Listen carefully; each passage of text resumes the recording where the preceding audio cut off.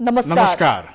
Prime समाचारमा स्वागत छ। म सरोज कोइराला र म संगीता कटुवाल। सुरु गरौं अहिलेसम्मका प्रमुख समाचारबाट। नेपाली कांग्रेसको नयाँ नेतृत्व चयनका लागि मतदान जारी। पहिलो चरणमा विजयी हुन सभापतिका सबै उम्मेद्वारलाई सकस। वरिष्ठ नेता पौडेलद्वारा निर्वाचन बहिष्कार। कांग्रेसको मतदानमा विद्युतीय भोटिङ मेसिन प्रयोग नगर्दा झन्झटिलो भएको गुनासो। प्रचार प्रसार भड्किलो र खर्चिलो। मतदान स्थल बाहिर प्रचार सामग्री छरपष्ट। भोलि सुरु हुने संसदको अधिवेशनमा एमसीसी सम्झौता अनुमोदनको प्रयास हुन सक्ने। सत्ता पक्ष भित्रै बेमती हुँदा विवाद तुलिने खतरा। एमाले पर्खर हेरेको रणनीतिमा। नेपालकै जेठो र ठूलो त्रिभुवन विश्वविद्यालयको काममा ढिला सुस्ती। शैक्षिक कागजपत्र वितरणमा नयाँ प्रविधि नअपनाउँदा विद्यार्थीलाई शास्ति। वर्षौंसम्म धाउनुपर्ने बाध्यता। पछिल्लो समय हरेक दिन नेपाली शेयर बजार ओह्रालोतर्फ। 4 महिनामा 950 अङ्क भन्दा बढीले गिरावट। लगानीकर्ता र सरोकारवाला बीच जुहारी। बेलायतमा कोरोनाको नयाँ भेरिएन्ट ओमिक्रोन फैलिएपछि प्रधानमन्त्रीद्वारा आपतकाल घोषणा। 28 वर्षभन्दा माथिका नागरिकलाई यसै सातादेखि बुस्टर डोज खोप लगाइने। र शहीद स्मारक ए डिभिजन लिग फुटबलमा सङ्कटा क्लबद्वारा विभागीय टिम नेपाल पुलिस क्लब पराजित।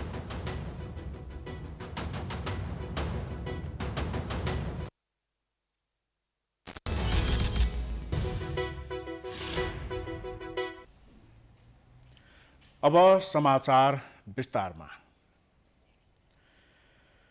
नेपाली कांग्रेसको 14औं महाधिवेशनमा केन्द्रीय पदाधिकारी र सदस्यको निर्वाचनका लागि मतदान भइरहेको छ।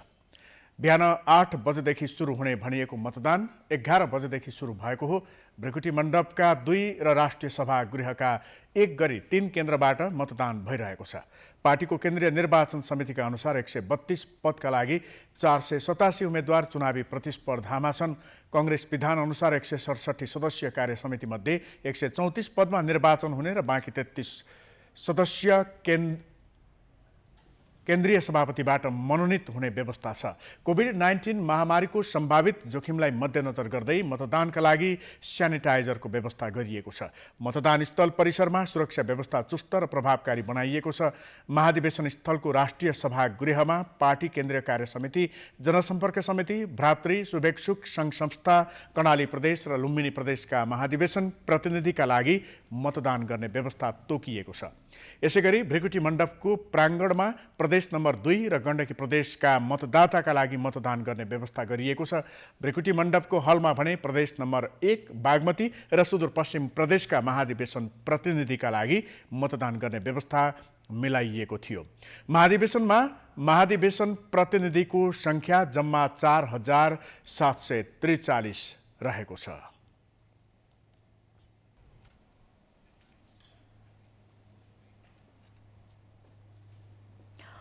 नेपाली कांग्रेसको 14औं महाधिवेशनमा केन्द्रीय पदाधिकारी र सदस्यको निर्वाचनका लागि यतिखेर मतदान भइरहेको छ र अहिले त्यहाँ मतदानको क्रममा के कसरी मतदान अगाडि बढिरहेको छ, अब कति बाँकी रहेको छ लगायतका विषयमा केन्द्रित रहेर हामीलाई त्यहाँको अहिलेको थप जानकारी गराउन हाम्रा संवाददाता केशव जोशी प्रत्यक्ष जोडिनु भएको छ।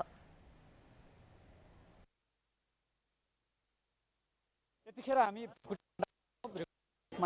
कांग्रेसको 14औं महाधिवेशनको मतदान हुँदैछ। 2वटा केन्द्र मतदान केन्द्र यहाँ भृकुटी मण्डपभित्र छन्। एउटा खुला स्थानमा छ भने अर्को एउटा हलभित्र छ र तेस्रो मतदान केन्द्र भने राष्ट्रिय सभागृहमा छ। अहिलेसम्म प्राप्त भएको जानकारी अनुसार 3000 मत खसिसकेको छ र 1743 मत अझै मतदान हुन बाँकी छ। र अनौठो के देखिएको छ भने मतपत्रहरू किस्ताबन्दीमा आउँदैछन्, एकमुष्ट आएका छैनन्। घरि 500, 700, 1000 का दरले यसरी पटक पटक मतपत्रहरू ल्याउने कार्य अगाडि बढेको छ र यसरी बिहान 8 बजेदेखि लाइनमा बसेकाहरू आफूलाई यसरी निरन्तर लाइनमा बस्दा, लामो समयसम्म लाइनमा बस्दा शास्ति भएको गुनासो पनि गरिरहेका छन्। समग्र यो निर्वाचन प्रक्रियाका विषयमा कुरा गर्नका निमित्त यतिखेर हामीमाझ राजेन्द्र बजगाई हुनुहुन्छ जो खुला सदस्यतर्फ केन्द्रीय सदस्यमा जसले उम्मेदवारी दिनुभएको छ गोर्खाका। बजगाईज्यू नमस्कार, स्वागत छ यहाँलाई प्राइम लाइभमा। धन्यवाद। के छ, कसरी हेर्नु भएको छ यो निर्वाचन प्रक्रियालाई? समग्र रूपमा निर्वाचन यसको क्लस्टरहरू धेरै भएको कारणले संवैधानिक हकमा यो धेरै क्लस्टरहरू मिसिएको हुनाले यसलाई व्यवस्थापन गर्ने चुनौती त छँदै थियो र मतदान केन्द्रमा चाहिँ व्यवस्थापन चाहिँ नै मलाई चाहिँ ठिकै लाग्यो। त ओभरअल यो बाहिरको व्यवस्थापन र भेन्यू चाहिँ धेरै सानो हो भन्ने लाग्छ र मतपत्र चाहिँ पटक पटक अब छपाईको कमी कमजोरीले हो कि किन हो तपाईँले अघि एनाउन्स गरिरहेको मैले सुनिरहेको छु, त्यो चाहिँ अलिकति महत्त्वपूर्ण कुरा, अलि अप्ठ्यारो कुरा लाग्छ। अन्यथा यहाँको चाहिँ खाने काठमाडौँमा तमाम मतदाताहरूको खाने बस्ने व्यवस्थापन पनि अलिक त्यति धेरै चुस्त दुरुस्त लागेन, अलि भद्रगोल जस्तो छ र मतदान केन्द्रको व्यवस्थापन चाहिँ निर्वाचन समितिले गरेको चाहिँ भित्र मतदान गर्न गइसकेपछि चाहिँ राम्रै देख्छु मैले। यो लाजमर्दो होइन, यसरी बिहानदेखि यसरी दिउँसोको घाममा उभ्याउने अनि राति यो चिसोमा उभ्याउनु, यो चाहिँ अलिकति अप्ठ्यारो भयो। अब अन्तर्राष्ट्रिय स्तरको यो मतदानलाई अन्तर्राष्ट्रिय स्तरको मतदान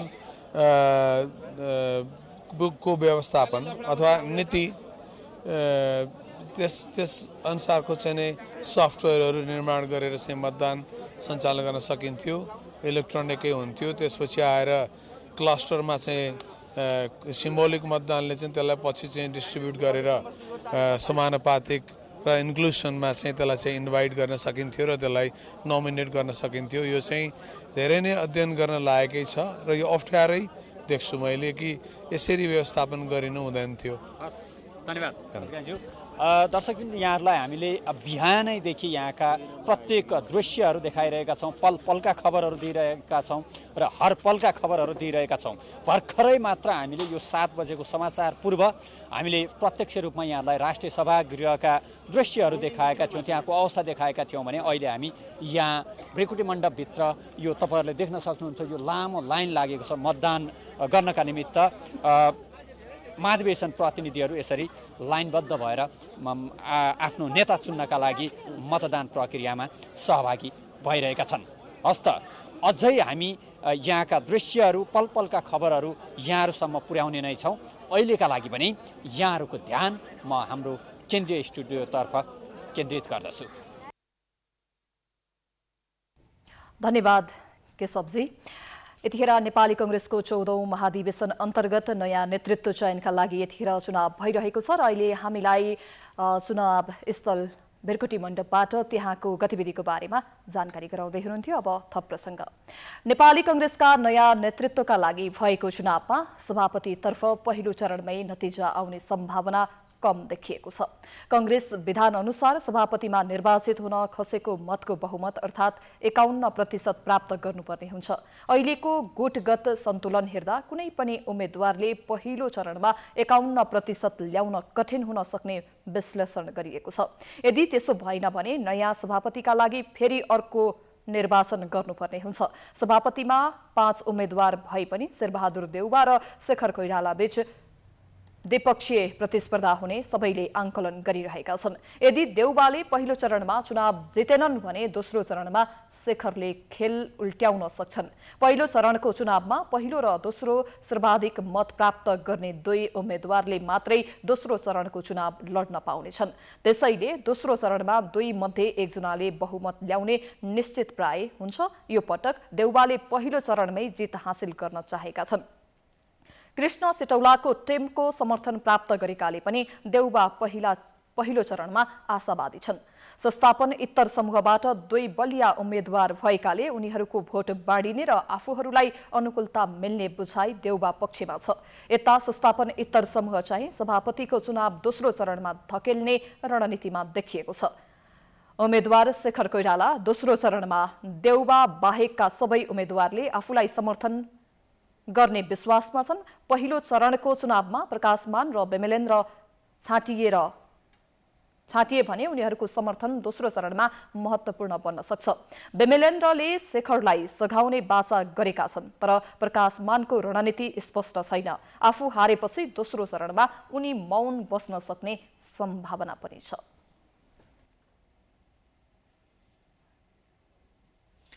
नेपाली कांग्रेसको नयाँ नेतृत्व चयनका लागि भइरहेको मतदानमा वरिष्ठ नेता रामचन्द्र पौडेल सहभागी नहुने भएका छन्। संस्थापनेतर समूहबाट सर्वसम्मत सभापतिको उम्मेद्वार बन्ने योजना सफल नभएपछि सबै तहका प्रतिस्पर्धाबाट बाहिरिएका पौडेलले मतदान समेत नगर्ने भएका हुन्। पौडेलले प्रतिनिधिहरूलाई विवेक प्रयोग गरेर लोकतान्त्रिक प्रतिस्पर्धाबाट नेतृत्व चयन गर्न आग्रह गरेका छन्। यसअघि आफूलाई सहयोग गर्न आग्रह गर्दै आफ्नै निवास आएका सभापतिका उम्मेद्वार शेरबहादुर देउवासँगको भेटमा पनि पौडेलले तटस्थ बस्ने बताएका थिए।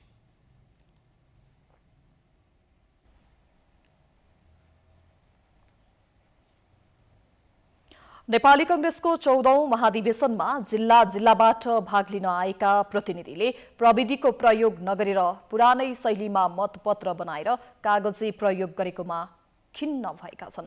एकजनाले 29वटा मतपत्रमा मत दिन कम्तीमा 1 घण्टा लागेकोमा मतदानमा भाग लिएका महाधिवेशन प्रतिनिधिले अहिलेको युगमा पनि प्रविधिलाई विश्वास नगरेकोमा नेतृत्वको आलोचना गरेका हुन्। एक रिपोर्ट। बिहान 8 बजे सुरु हुने मतदानका लागि 7 बजेदेखि नै महाधिवेशन प्रतिनिधि आफ्ना उम्मेद्वारलाई भोट दिन लाइनमा बसे। महाधिवेशन प्रतिनिधिसँग उम्मेद्वारहरू भोट मागिरहेका थिए, तर मतदान सुरु हुने कुनै लक्षण नै थिएन। बल्ल तल्ल पौने 11 बजे राष्ट्रिय सभागृहमा मतदान सुरु भए पनि अरू स्थानमा भने 3 घण्टापछि 11 बजे मात्र मतदान सुरु भयो। तोकिएको समयभन्दा 3 घण्टा ढिलो मतदानको काम सुरु भयो। 19वटा मतपत्रमा आफ्नो मत प्रयोग गर्नुपर्ने भएकाले मतदातालाई खपिन सक्नु अप्ठ्यारो भयो। यस विषयमा कांग्रेसका महाधिवेशन प्रतिनिधिहरूले खिन्नता समेत प्रकट गरे। उनीहरूले पार्टीका नेतालाई प्रविधिको प्रयोग अर्थात् इलेक्ट्रोनिक भोटिङ नगराएकोमा आलोचना समेत गरे। पानी खाएपछि एउटा व्यवस्थित शौचालय छैन, नयाँ शौचालयहरू बनाइएको छन्, यत्रो मान्छे छ, यो पनि कुनै तरिका हो? यो त व्यवस्थापनको चरम लापरवाही हेर्नुहोस्। त्यसकारण आगामी महाधिवेशनमा यसरी भोट हाल्ने कुराहरूमा अलिक व्यवस्थित हुनुपर्छ भन्ने लाग्छ, अलिक खुल्ला ठाउँमा पनि जानुपर्छ भन्ने लाग्छ। व्यवस्थापन पक्ष अलिकति कमजोरी देखियो, यो चाहिँ नहुनु पर्ने थियो। अब अहिलेको यो परिप्रेक्ष्यमा यस्तो समयमा पनि यस्तो चाहिँ व्यवस्थापन हुनु चाहिँ राम्रो होइन। हाम्रो अलि मास्क लगाउनुपर्छ, कोरोनासँग बच्नुपर्छ भन्ने अलिकता होस पनि कमी भयो हो कि जस्तो पनि मलाई महसुस भएको छ होइन। यसमा अलिकता सबैले चाहिँ अलिक चेतना जगाएर अलि आफू सुरक्षित भएपछि नै के गर्न सकिन्छ भन्ने हिसाबले सोच्नुपर्ने हो। 19वटा मतपत्रमा मतदान गर्न कम्तीमा 1 घण्टा लागेको महाधिवेशन प्रतिनिधिको अनुभव छ। नेपाली कांग्रेसको केन्द्रीय नेतृत्व चयन गर्न यस महाधिवेशनमा 4743 जना महाधिवेशन प्रतिनिधिले मतदान गर्नुपर्छ। त्यसमा केही मतदाता अनुपस्थित भए पनि अधिकांशले मतदानमा भाग लिन्छन्। मतदानमा आधुनिक प्रविधि अर्थात् इलेक्ट्रोनिक भोटिङको प्रयोग नहुँदा नेपाली कांग्रेस पार्टी र यसका नेताले युग अनुसार चल्न नसकेको कार्यकर्ताले नै मतदान स्थलमा आलोचना गरे। नेताहरूले कार्यकर्ताका कुरा सुने, यसअघि पनि सुनेका थिए, तर मनन भने गरेको देखिएन। नेताले कार्यकर्ताको माग अनुसार आधुनिक प्रविधिको प्रयोग नगर्दा मतदानका लागि मात्र ढिला भएको होइन, मतदानपछि मतगणना झन ढिला हुने निश्चित छ। यस विषयमा महामन्त्रीका उम्मेद्वार विश्वप्रकाश शर्माले यसपटक जति ढिलो भए पनि, जति आलोचना भए पनि सहने, तर अर्को पटकबाट सबैको माग अनुसार प्रविधिको प्रयोग गर्ने प्रश्न पारे। बिस्तारै रूपान्तरण हुन्छ। कक्षा 1 मा भर्ना भएको विद्यार्थी जतिसुकै राम्रो पढ्ने भए पनि एकैचोटि 4 मा पुग्दैन होइन। 4 मा राम्रो नम्बर ल्यायो भनेर कलेजमा जान पाइँदैन। नेपाली कांग्रेस पार्टी अहिले रूपान्तरण हुने क्रममा छ। एकैचोटि तपाईँले धेरै खोज्नुभयो भने हुँदैन। महाधिवेशन प्रतिनिधिले 1 सभापति, 2 उपसभापति, 2 महामन्त्री र 8 सहमहामन्त्री सहित 132 जनालाई प्रत्यक्ष मतदान गर्नुपर्छ। सबै महाधिवेशन प्रतिनिधिले 1 घण्टामा मतदान गर्न नसक्दा राति अबेरसम्म मतदान हुने अवस्था छ। यस्तै अवस्था मतगणनामा पनि हुन्छ। समयको मागलाई आत्मसात नगर्ने नेता र त्यस्ता नेताले चलाएको पार्टीप्रति जनविश्वास सधैँ एकनाश नहुन पनि सक्छ। साना विषयले पनि पार्टी र त्यस पार्टीका नेताको विचार स्तर मापन हुन्छ। 21औं शताब्दीमा कागज कोरेर मतगणना गर्दा झन धाँधली हुने सम्भावनालाई पनि महाधिवेशन प्रतिनिधि र विभिन्न पदमा उठेका उम्मेद्वारले मनन गर्न आवश्यक देखिन्छ।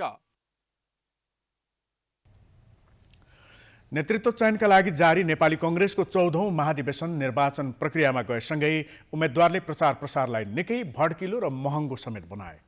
निर्वाचन समितिले आचार संहिता लागू गरेपछि महाधिवेशन स्थल वरिपरि टाँगिएका ब्यानरहरू त हटाइए, तर प्रदर्शनी मार्गका सडक समेत पर्चा र पम्पलेटले ढाकिएका छन्। महाधिवेशन स्थल निकै फोहोर बनेको छ। एक रिपोर्ट। महाधिवेशनको उद्घाटन सत्र अगाडि महाधिवेशन स्थलमा विभिन्न उम्मेद्वारको प्रचार प्रसारमा ब्यानर झुन्डाइएका थिए, तर उद्घाटन सत्र लगत्तै निर्वाचन समितिले आचार संहिता लागू गर्दै सबै ब्यानर तथा तुलहरू त्यहाँबाट हटाएको थियो। तर चुनावको रौनक जारी रह्यो। उम्मेद्वार बनेका नेता तथा उनीहरूका कार्यकर्ताले फरक फरक शैलीमा प्रचार प्रसार गर्न थाले। भिजिटिङ कार्ड, पम्पलेट लगायतमा कडाई नगरिएको कारण सबै नेता तथा कार्यकर्ताले पम्पलेट र भिजिटिङ कार्ड वितरण गरे। 500 को हाराहारीमा रहेका आकांक्षीहरूले बाँडेको भिजिटिङ कार्ड र पम्पलेटले अहिले प्रदर्शनी मार्गका सडकलाई नै कुरूप बनाएको छ। यत्रतत्र छरिएका यो फोहोर कसले सफा गर्छ भन्ने पनि कसैलाई थाहा छैन।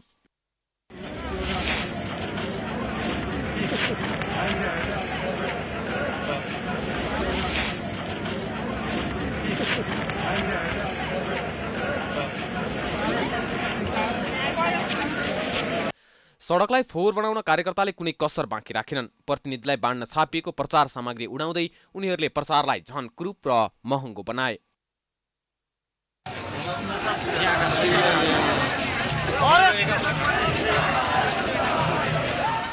सर्वसम्मतको बाटोभन्दा लोकतान्त्रिक माध्यममा उत्रिएका काङ्ग्रेसी जन चुनावमा होमिएसँगै विभिन्न नेता तथा कार्यकर्ताले फरक फरक ढङ्गबाट प्रचार गरिरहेका थिए। अरू बेला कार्यकर्ताको नजिकसम्म नपर्ने नेताहरू एकाएक महाधिवेशन प्रतिनिधि खोज्दै हिँड्न थाले। सोमबार चुनावको दिन मतदान स्थलमा प्रवेशमा रोक लगाइएसँगै अन्य कार्यकर्ता सडकमै प्रचार गरिरहेका थिए भने उम्मेद्वारहरू भने मतदातालाई भेटेर भोट माग्न लाइनमै पुगेका थिए, जसमा सभापतिका दावेदार प्रधानमन्त्री शेरबहादुर देउवा समेत थिए। 76 वर्षको उमेरमा सभापतिका आकांक्षी देउवाले भोट माग्दा समेत प्रधानमन्त्रीको शानलाई बिर्सिन सकेनन्। त्यही कारण कार्यकर्ताको अगाडि उभिँदा समेत सुरक्षाकर्मीले कसैलाई उनको नजिक जान दिएनन्।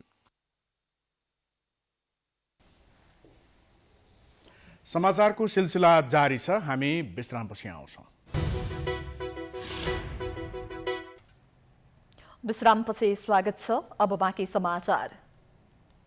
सत्तारूढ र प्रतिपक्षी दलहरू सकारात्मक देखिन थालेसँगै भोलिदेखि सुरु हुने संघीय संसदको अधिवेशनमा एमसीसी सम्झौता टेबल गरिने हो कि भनेर चर्चा सुरु भएको छ।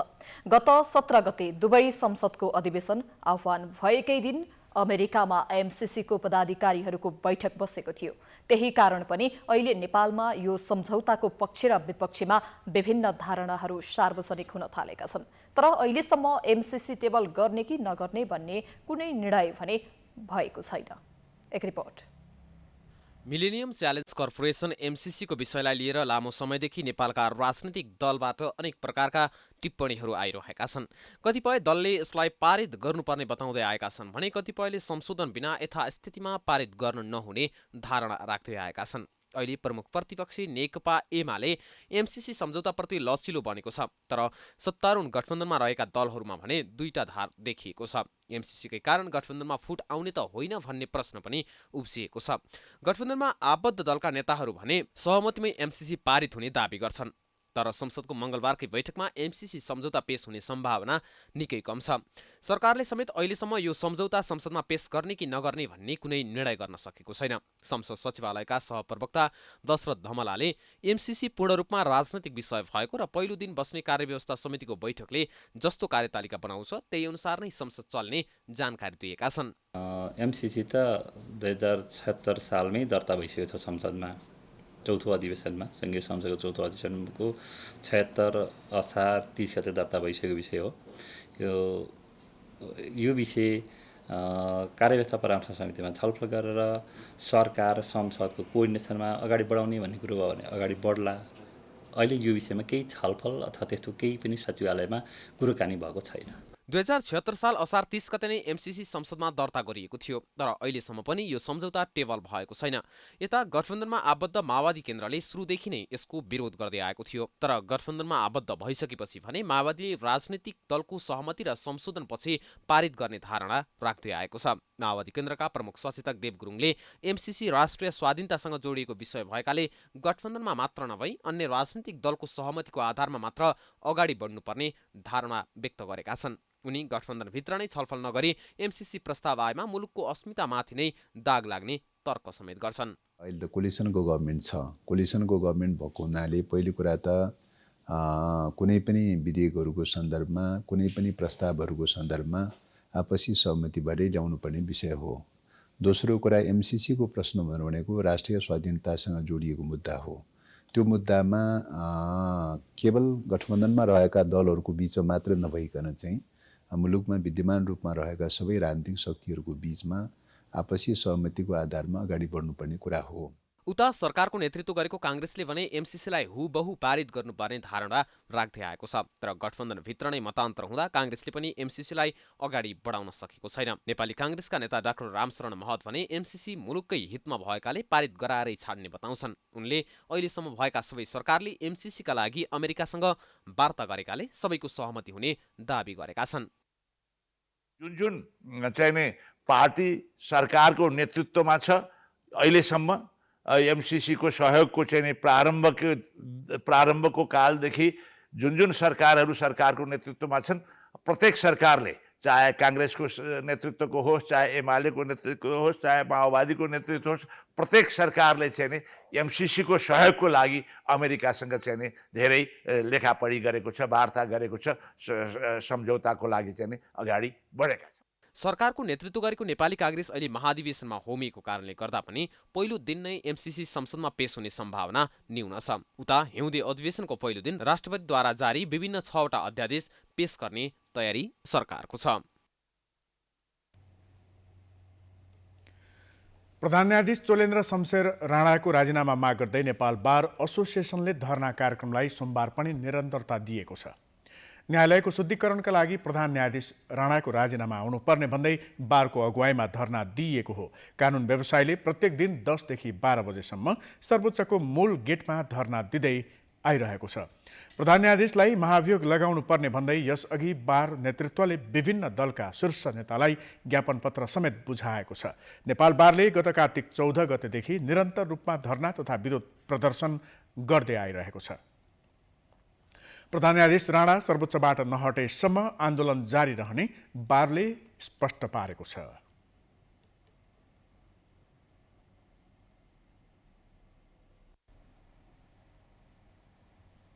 नेकपा एकीकृत समाजवादीका अध्यक्ष माधव कुमार नेपालले नेपालको राजनीतिक आकाशमा कालो बादल मडारिरहेको बताएका छन्।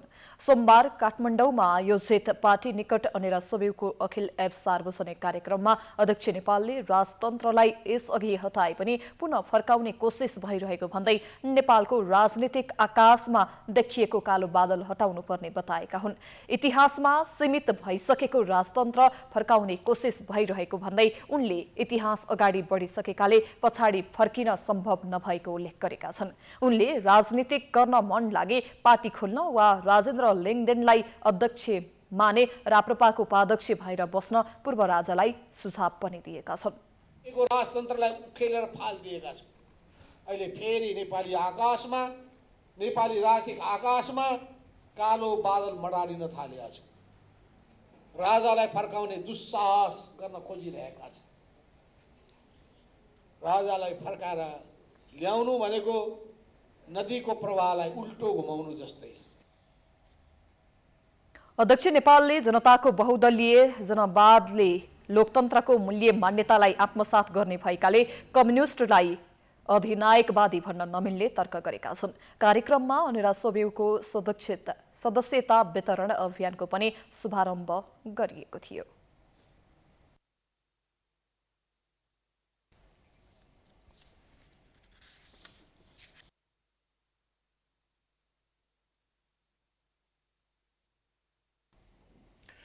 नेपालमा कुनै काम पनि सहज र समयमै हुँदैन। विद्यार्थीले आफ्नै पढाइले हासिल गरेको शैक्षिक उपलब्धिको ट्रान्सक्रिप्ट लिन पनि महिनौँ कुर्नुपर्ने र अनेक ठाउँ धाउनुपर्ने अवस्था छ।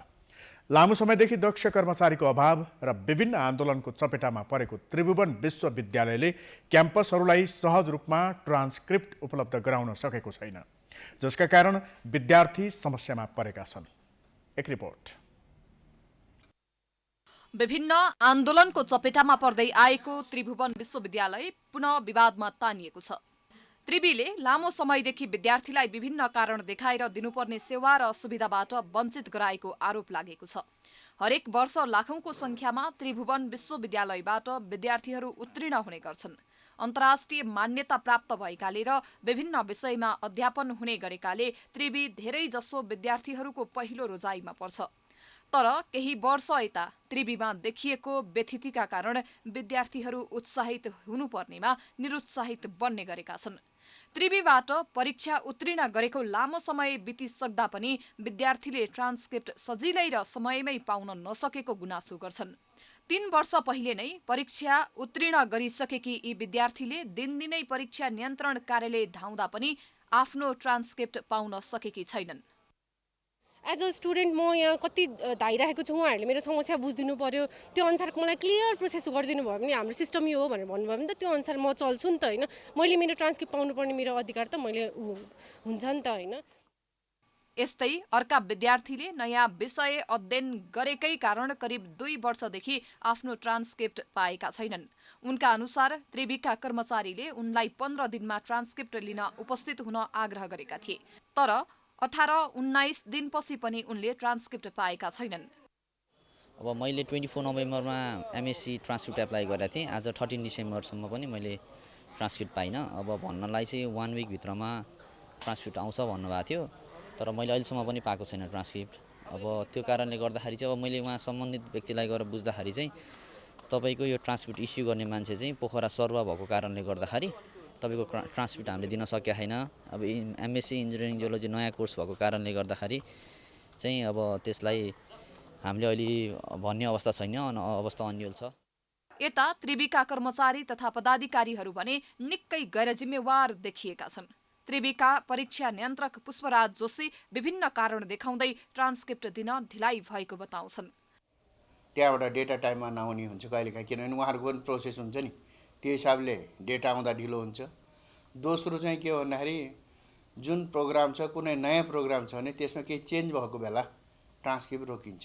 त्यसलाई चाहिँ एकाडेमिक काउन्सिलबाट सर्टिफाई गराएर पास गराएर मात्रै अनि हामी ट्रान्सक्रिप्ट दिने गर्छौँ। पछिल्लो समय त्रिवीमा यस्तै धेरै समस्या देखिन थालेका छन्।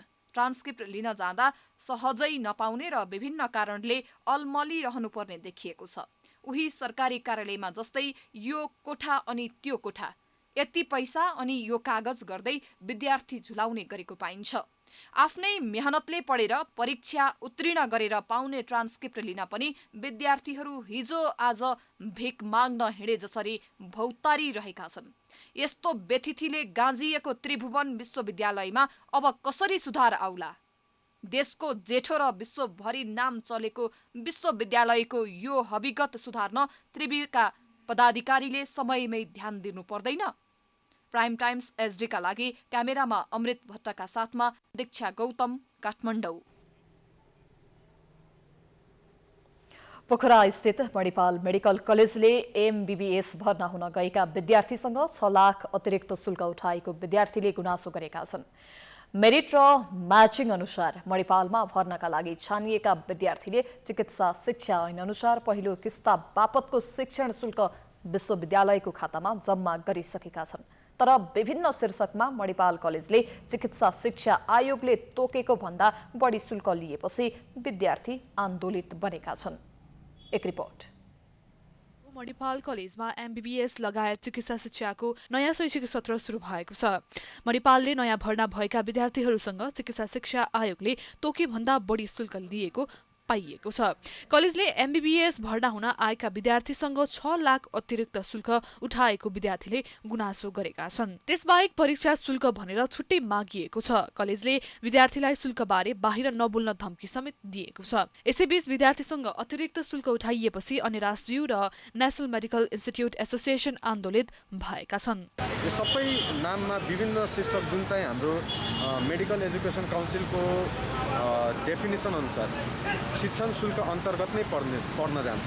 तर पनि यो शीर्षकहरूले दोहोऱ्याएर मणिपाल कलेज अफ मेडिकल साइन्सले 6 लाखभन्दा बढी पैसा चाहिँ असुल्ने गरेको छ र हाम्रो काठमाडौँ मेडिकल कलेजले चाहिँ 12 लाख जति चाहिँ शुल्क असुलेको छ। खाना र बस्न बाहेक मेडिकल कलेजले विद्यार्थीसँग शुल्क लिनु गैर कानुनी हो। कलेजले बढी शुल्क लिएपछि विभिन्न विद्यार्थी संगठनले चरणबद्ध रूपमा आन्दोलन गर्दै आएका छन्। पहिला यति फिस लाग्छ भन्ने एउटा स्पेसिफिक फिस चाहिँ दिनुभएको रहेछ उहाँहरूले लिस्ट।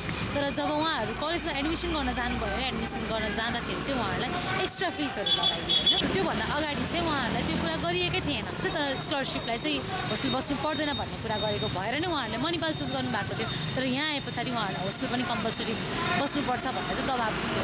अतिरिक्त शुल्क उठाइएको विरोधमा मङ्सिर 20 गतेदेखि कलेजमा विद्यार्थी संगठनले तालाबन्दी समेत गरेका छन्। विद्यार्थीलाई शुल्कबारे बाहिर नबोल्न कलेजले धम्की दिएको भन्दै विद्यार्थी संगठनले आपत्ति जनाएका छन्।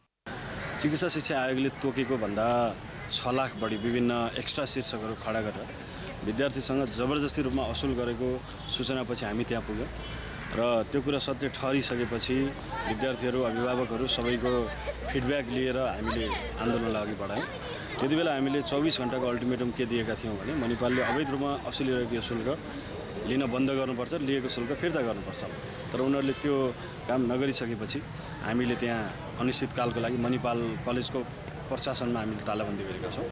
कलेजले खेलकुद सूचना प्रविधि शीर्षकमा 20,000, डकुमेन्टेसन शुल्क 2,000, धरोटी बापत 2,30,000, काठमाडौँ विश्वविद्यालय रजिस्ट्रेसन बापत 25,000, नेपाल मेडिकल काउन्सिल शुल्क 5,000, होस्टेल फर्निसिङ शीर्षकमा 20,000, होस्टेल बापत 1,38,000, मेस शुल्क 1,50,000, इन्सुरेन्स र मेडिकेयर शीर्षकमा 65,000 शुल्क लिएको विद्यार्थीको गुनासो छ। कास्कीबाट अनिता घिमिरेको रिपोर्ट। राप्रपाका निवर्तमान अध्यक्ष कमल थापाले अध्यक्ष राजेन्द्र लिङदेनलाई पत्र लेखेर पार्टीको महाधिवेशनमा पूर्व राजाको हस्तक्षेपबारे छानबिन गर्न माग गरेका छन्। सोमबार लिङदेनलाई पत्र लेखेर थापाले पार्टी नेतृत्वको निर्वाचनमा पूर्व राजा र निर्मल निवासको हस्तक्षेपबारे छानबिन गर्न निष्पक्ष छानबिन समिति बनाउन माग गरेका छन्। थापाले राज संस्थाका बारेमा र पार्टीलाई रिमोट कन्ट्रोलबाट चलाउन चाहने निर्मल निवासको योजनाका बारेमा पार्टीभित्र बहस सुरु गर्न पनि लिङदेनलाई आग्रह गरेका छन्। सिङ्गो मुलुक गणतन्त्रमय भएका बेला शिरमा कफन बाँधेर राज संस्थाको एजेन्डा बोकेर हिँड्ने मुख्य व्यक्ति नै को भाजनमा परेको भन्दै निर्मल निवासको अगाडि कोही पनि सुरक्षित नभएको जिकिर गरेका छन्। केन्द्रीय निर्वाचनको क्रममा पूर्व राजा ज्ञानेन्द्र र निर्मल निवास सचिवालयले गरेको हस्तक्षेपको यथेष्ट प्रमाण जग जाहेर भएको पनि उनले बताएका छन्। थापाले महाधिवेशनमा हार बेहोरेपछि पूर्व राजालाई दोष दिँदै आएका छन्।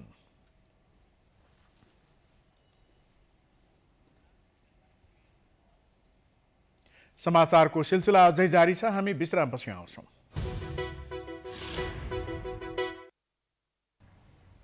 विश्रामपछि पुनः स्वागत छ। अब आर्थिक समाचार।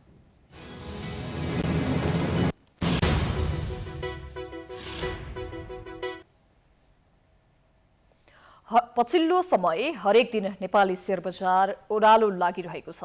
लगानीकर्ता निराश छन्। नेप्से परिसूचक घट्दा लगानीकर्ता र सरोकारवाला निकायबीच जुहारी चलिरहेको छ। एक रिपोर्ट। दोस्रो दिन सोमबार शेयर बजार कारोबार नेप्से परिसूचकमा 79 अङ्कले घटेको छ। नेप्से परिसूचक 79.23 अङ्कले घटेर 2282 अङ्कमा झरेको हो। आइतबार 2300 को लाइनमा झरेको नेप्से परिसूचक एकै दिनमा 2200 को लाइनमा झरेको हो। नेप्से परिसूचकसँगै क वर्गका कम्पनीहरूको कारोबार मापन गर्ने सेन्सेटिभ इन्डेक्स पनि 12.47 अङ्कले घटेको छ। नेप्से र सेन्सेटिभ दुवै घट्दा कारोबार रकम करिब 4 अर्ब पुगेको छ। कारोबार रकम भने आइतबारको भन्दा धेरै हो। दिनभर भएका 62,809 कारोबारबाट 233 कम्पनीका 96,79,072 वटा कारोबार भएका छन्, जसबाट कारोबार रकम 3 अर्ब 99 करोड 56,04,178 रुपैयाँ भएको छ। पछिल्लो समय लगातार नेप्से परिसूचक घट्दा लगानीकर्ता निराश भएका छन्। कतिपयले अर्थमन्त्री जनार्दन शर्माको गलत नीतिका कारण शेयर बजारमा गिरावट आएको आरोप लगाइरहेका छन्। नेपाल राष्ट्र बैंकको खराब नीतिलाई पनि कतिपयले दोष दिइरहेका छन्। अर्थमन्त्रीज्यूले भन्नुभयो कि मैले त्यति विधि अर्थतन्त्र बुझेको छैन, मैले पनि त्यति विधि अर्थतन्त्र बुझेको छैन, म पनि इकोनोमिक्सको विद्यार्थी होइन, ला आउनुहोस् एकजना यही टेबलमा बसेर बहस गरौँ। उत्पादक क्षेत्र कुन हो, अनुत्पादक क्षेत्र कुन हो, राज्यले ध्यान दिनुपर्ने कहाँ छ, राज्यले प्रमोट गर्नुपर्ने कहाँ छ। अफकोर्स नेपालको स्टक मार्केटलाई राज्यले प्रमोट गर्नुपर्छ। समृद्धिका सपनाहरू बाँड्ने नेताहरूले स्टक मार्केट बुझ्नुपर्छ, स्टक मार्केट पुँजी बजार बुझ्नुपर्छ। म दावाका साथ भन्छु नेपालमा स्टक मार्केट बुझ्ने अर्थमन्त्री अहिलेसम्म पाएकै छैन यो राज्यले। उहाँहरूको सोच गलत, उहाँहरूको सोचाइ गलत, अथवा उहाँहरूले नेपालको पुँजी बजारलाई बुझ्नको लागि उहाँहरूले कस्तो एक्सपर्ट राख्नुहुन्छ खै म जान्दिनँ। यता मन्त्री शर्माले पुँजी बजारमा लगानी गरेका सबै लगानीकर्ताको लगानीको संरक्षण गर्न अर्थ मन्त्रालय सधैँ गम्भीर रहेको दावी गरेका छन्। शेयर बजार मन्त्रीले बढाउन घटाउन भूमिका खेल्न नसक्ने भन्दै उनले त्यसको कारण नियमनकारी निकायलाई मात्र थाहा हुने बताए। शेयर मार्केटमा घाटा भएको कम्पनी पनि त्यहाँ समावेश गरिएको छ, त्यतातिर ध्यान दिनु छैन। त्यो ध्यान विकेन्द्रित गर्नलाई, सत्य कुराबाट पन्छाउनका लागि एउटा यस्तो ट्रेन्ड छ, एउटा यस्तो समूह छ, त्यो समूहले अर्थमन्त्रीले घटाइरहेछ, यो अर्थमन्त्रीको काम हो अथवा अरू कुनै संस्थाहरूका काम हुन् भनेर त्यो सत्य कुरा उनीहरूले नबुझुन् भन्नका लागि यो हुइम चलाइएको छ। नेप्से परिसूचक पछिल्लो 4 महिनामा 950 अङ्क भन्दा बढीले घटेको छ। कोरोना महामारीमा निरन्तर बढ्दै नेप्से इतिहासकै उच्च बिन्दुमा पुगेको परिसूचक 4 महिना यता लगातार घटिरहेको छ। नेपालको शेयर बजारको अहिलेसम्मको इतिहासमा यही वर्षको भदौ 2 गते परिसूचक 3198 अङ्कमा पुगेको थियो। बजारले नयाँ कीर्तिमान कायम गरे यता निरन्तर ओह्रालो गतिमा छ। मङ्सिर 27 गतेसम्म आइपुग्दा परिसूचक 2300 अङ्कमा छ। भदौ 2 गतेदेखि मङ्सिर 27 गतेसम्मको करिब 4 महिने अवधिमा बजार करिब 950 अङ्कले घटेको छ भने कारोबार रकम र शेयर किनबेच पनि खुम्चिएको छ। साउन भदौको समयमा दैनिक 21 अर्ब रुपैयाँसम्मको कारोबार भएको बजारमा अहिले मुस्किलले 3 अर्बको कारोबार हुन्छ। कोभिडपछि लयमा फर्किन थालेको पर्यटन उद्योगमा नयाँ भेरिएन्ट ओमिक्रोनको त्रासका कारण सङ्कटको बादल मडारिन थालेको छ। पर्यटकहरू पर्खर हेरेको अवस्थामा छन्। त्रासका कारण कतिपयले बुकिङ होल्ड गर्न थालेका छन् भने कतिपयको बुकिङ रद्द समेत हुन थालेको छ। एक रिपोर्ट। सन् 2021 को अन्तिमतिरबाट नेपालमा विदेशी पर्यटकको आगमन बढ्न थालेको तथ्याङ्कले जनाए पनि फेरि विश्व बजारमा ओमिक्रोन भाइरसको त्रास बढ्न थालेपछि पर्यटकहरूले बुकिङ होल्ड गर्न थालेका छन्।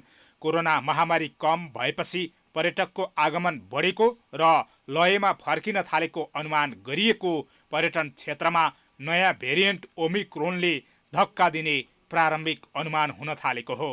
नयाँ भेरिएन्टका कारण अहिले पर्यटकले नयाँ बुकिङ गर्ने हिम्मत गर्न सकेका छैनन्। कतिपयले त बुकिङ नै रद्द गर्न थालिसके। विश्व स्वास्थ्य सङ्गठनले चाहिँ यो नयाँ भाइरसको नामाकरण गरेर यो यस्तो छ है, यो छिटो फैलिन्छ, यसको चाहिँ फैलिने क्रम अर्को भन्दा चाहिँ तपाईँको चाहिँ टाइम्स 3, 4, 6 टाइम्स बढी छ भन्ने कुराहरू जुन हल्ला आयो, त्यो हल्ला आएपछि किनभने म पर्यटन व्यवसायी 15 वर्षदेखि निरन्तर यो व्यवसायमा लागेको, होटल लगायत ट्रेकिङ पनि सञ्चालन गरेकोले म आफू कहाँ बल्ल बल्ल आएको बुकिङहरू पनि क्यान्सल हुँदाखेरि यो कस्तो छ भन्ने कुरो त अनुभव त नेपालले गरेको छैन।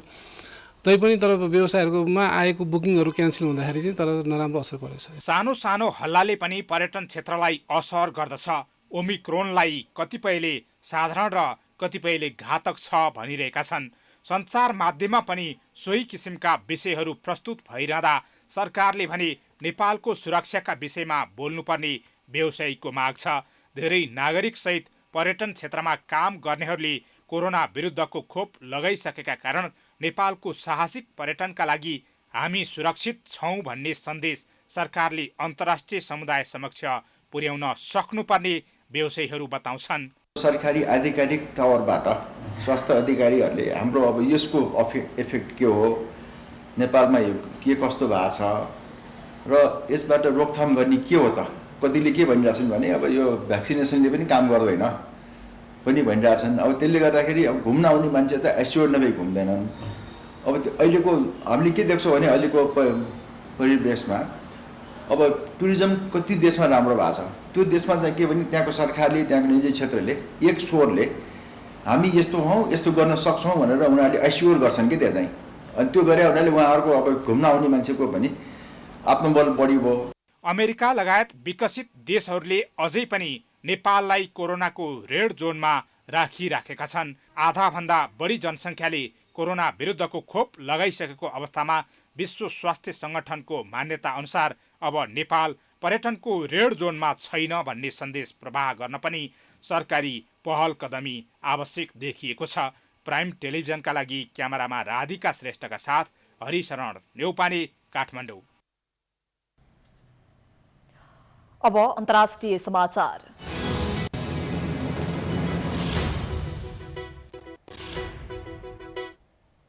बेलायतमा कोरोना भाइरसको नयाँ भेरिएन्ट ओमिक्रोनको संक्रमण तीव्र भएपछि प्रधानमन्त्री बोरिस जोन्सनले ओमिक्रोन आपतकाल घोषणा गरेका छन्। ओमिक्रोन संक्रमण रोक्न उनले 18 वर्षभन्दा माथिका सबै नागरिकलाई यसै सातादेखि बुस्टर डोज खोप लगाइने जानकारी समेत गराएका छन्। प्रधानमन्त्री जोन्सनले ओमिक्रोनको छाल र ज्वारबाट नै आउनेमा कुनै आशंका नभएको भन्दै समयमै सतर्कता अपनाउन आग्रह गरेका हुन्। यसअघि बेलायतले जनवरीको अन्त्यदेखि मात्रै बुस्टर खोप लगाउने योजना बनाएको थियो, तर ओमिक्रोनको संक्रमण व्यापक रूपमा बढेपछि बुस्टर खोप अभियान 1 महिना अगाडि सारिएको प्रधानमन्त्री जोन्सनले जानकारी दिएका छन्। बेलायतले बुस्टर खोप अभियानलाई केही केन्द्रित गर्न अन्य स्वास्थ्य सम्बन्धी कार्यक्रमलाई स्थगित गरेको छ। बेलायतमा ओमिक्रोन संक्रमण तीव्र रूपमा बढ्न थालेपछि सरकारले विभिन्न क्षेत्रमा थप प्रतिबन्धात्मक नियम लागू गरेको छ। अब खेलकुद समाचार।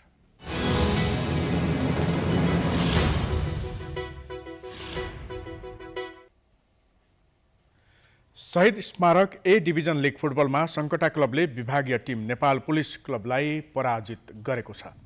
त्रिपुरेश्वर स्थित दशरथ रङ्गशालामा सोमबार भएको खेलमा सङ्कटाले पुलिसलाई 1-0 गोल अन्तरले पराजित गरेको हो। सङ्कटालाई जित दिलाउन निरज बस्नेतले निर्णायक गोल गरे। निरजले खेलको 18औं मिनेटमा गोल गरेका हुन्। लक्ष्मण रुचालको कर्नरमा उनले डाइभिङ हेड मार्फत सुन्दर गोल गरे। निरजको लिगमा यो तेस्रो गोल हो। यस गोल जारी लिगको 50औं गोल समेत हो। यस जितसँगै सङ्कटाले 4 खेलमा 8 अङ्क जोडेको छ। सङ्कटाको यो लिगमा दोस्रो जित हो।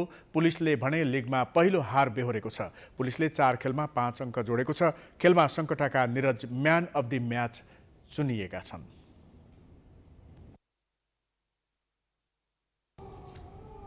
यो सँगै हामी समाचारको अन्त्यमा आइपुगेका छौं। जाँदा जाँदै प्रमुख समाचार पुनः एकपटक। नेपाली कांग्रेसको नयाँ नेतृत्व चयनका लागि मतदान जारी। पहिलो चरणमा विजयी हुन सभापतिका सबै उम्मेद्वारलाई सकस। वरिष्ठ नेता पौडेलद्वारा निर्वाचन बहिष्कार। कांग्रेसको मतदानमा विद्युतीय भोटिङ मेसिन प्रयोग नगर्दा झन्झटिलो भएको गुनासो। प्रचार प्रसार भड्किलो र खर्चिलो। मतदान स्थल बाहिर प्रचार सामग्री छरपष्ट। भोलि सुरु हुने संसदको अधिवेशनमा एमसीसी सम्झौता अनुमोदनको प्रयास हुन सक्ने। सत्ता पक्षभित्रै बेमती हुँदा विवाद चुलिने खतरा। एमाले पर्खर हेरको रणनीतिमा। नेपालकै जेठो र ठूलो त्रिभुवन विश्वविद्यालयको काममा ढिला सुस्ती। शैक्षिक कागज पत्र वितरणमा नयाँ प्रविधि नअपनाउँदा विद्यार्थीलाई शास्ति। वर्षौंसम्म धाउनुपर्ने बाध्यता। पछिल्लो समय हरेक दिन नेपाली शेयर बजार ओह्रालोतर्फ। 4 महिनामा 950 अङ्क भन्दा बढीले गिरावट। लगानीकर्ता र सरकारवाला बीच जुहारी। बेलायतमा कोरोनाको नयाँ भेरिएन्ट ओमिक्रोन फैलिएपछि प्रधानमन्त्रीद्वारा आपतकाल घोषणा। 18 वर्षभन्दा माथिका नागरिकलाई यसै सातादेखि बुस्टर डोज खोप लगाइने। र शहीद स्मारक ए डिभिजन लेग फुटबलमा सङ्कटा क्लबद्वारा विभागीय टिम नेपाल पुलिस क्लब पराजित।